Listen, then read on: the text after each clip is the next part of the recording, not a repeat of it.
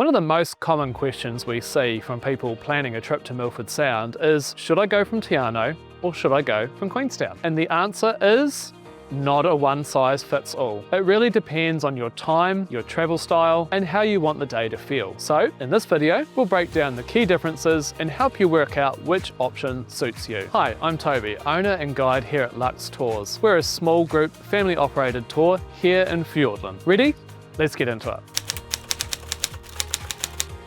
Let's start with the biggest factor, distance. From Te Anau to Milford Sound is a 118-kilometre journey. It takes you about 2 hours of solid driving. From Queenstown to Milford Sound is 288 kilometres, and you should allow about 4 hours. Realistically, and really importantly though, we recommend that you add about 50% of the drive time to your allowance. Why? Because there's so much to see along the journey to Milford Sound. There's lots of scenic stops and places you're going to want to stop on the way to Milford, and you want to be able to do this without rushing to catch your cruise. So all up, for a return trip from Te Anau to Milford Sound, we would allow 5 hours. For a return trip from Queenstown to Milford Sound, at least 9 hours. So you may have noticed that's a really big difference, and it can shape your entire day.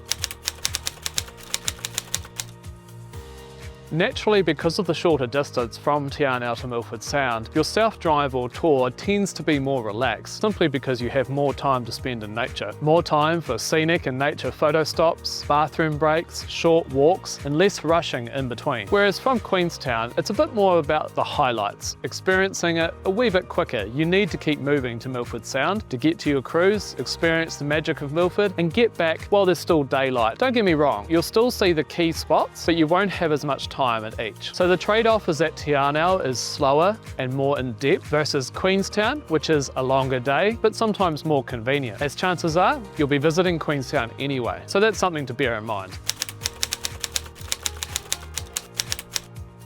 This is where it really comes down to personal preference. If you're already staying in Queenstown and don't want to move accommodation, then starting your Milford Sound tour from there is easy. You don't have to hire a car, repack, or change locations. You can just get up and go. But if you're willing to base yourself in the beautiful Te Anau for even just a few nights, you'll get a much more relaxed Milford Sound experience overall. You'll also get to experience our hometown of Te Anau, which is a very cute, relaxing town and a lovely, quiet place to spend a few nights.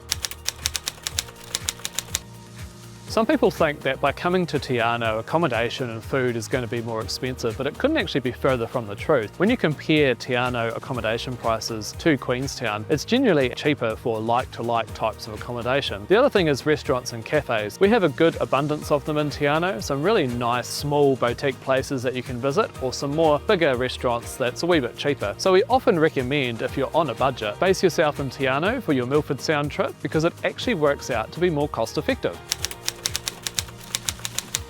Another factor, especially if you're thinking about driving yourself from Te Anau or Queenstown to Milford Sound. These roads, particularly the Milford Road, are winding, narrow, and quite tiring over a full day. And unfortunately, a lot of incidents can happen on the return journey when people are fatigued. Now that's especially relevant if you're doing the longer Queenstown to Milford Sound route and back in one day. Tours take that pressure off completely, as an experienced driver and guide is doing the work for you. So it's definitely something to factor in if you're self-driving.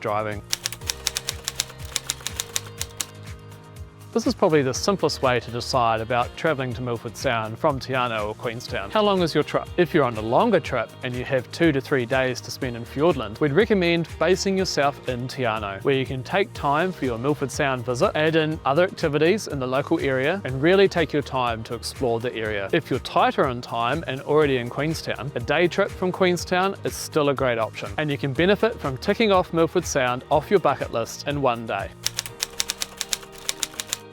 So, simply put, choose Te Anau as your Milford Sound base if you want a more relaxed and in-depth experience. Like the idea of extra stops and short walks, and have a bit more time during your trip. Choose Queenstown if you don't want to move accommodation or are short on time during your visit and don't mind a longer day in the vehicle.